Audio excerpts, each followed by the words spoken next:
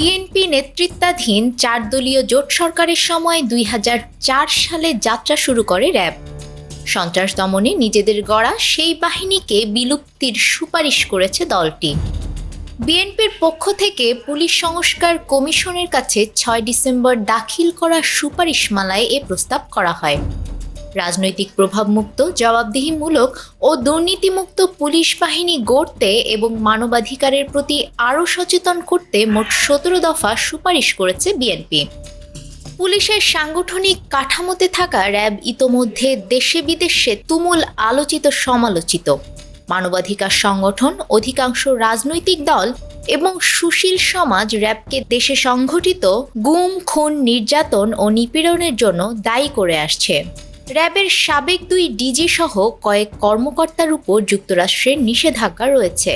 বিএনপির আমলে র‍্যাব প্রতিষ্ঠা হলেও ২০০৯ সালে আওয়ামী লীগ সরকার ক্ষমতাসীন হওয়ার পর এই বাহিনী গুম, খুন সহ বিচার বহির্ভূত হত্যাকাণ্ডের ঘটনায় আলোচনার কেন্দ্রে আসে। ২০১৪ সালে র‍্যাবের একদল সদস্য নারায়ণগঞ্জে 7 মার্ডারের ঘটনা ঘটায়।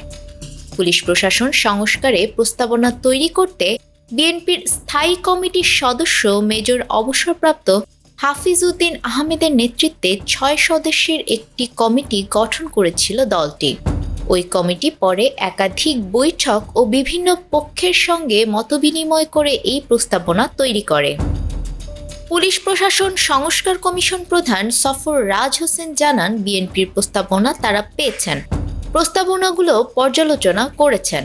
পুলিশ সংস্কার কমিশনে দাখিল করা বিএনপির সুপারিশমালায় বলা হয়েছে, পুলিশ কর্তৃক বেআইনিভাবে আটক, গ্রেপ্তার, তুলে নিয়ে অস্বীকার করা, যতদিন খুশি আটক ও গুম করে রাখার ঘটনা বাধাহীনভাবে চলেছে হাসিনার আমলে।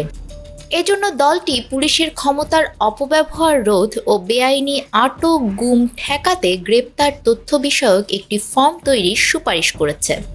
ওই ফর্মে আটক বা গ্রেপ্তারকৃত ব্যক্তির তথ্য গ্রেপ্তারকারী পুলিশ কর্মকর্তা, থানার ভারপ্রাপ্ত কর্মকর্তা এবং ইউনিট প্রধান স্বাক্ষর করবেন।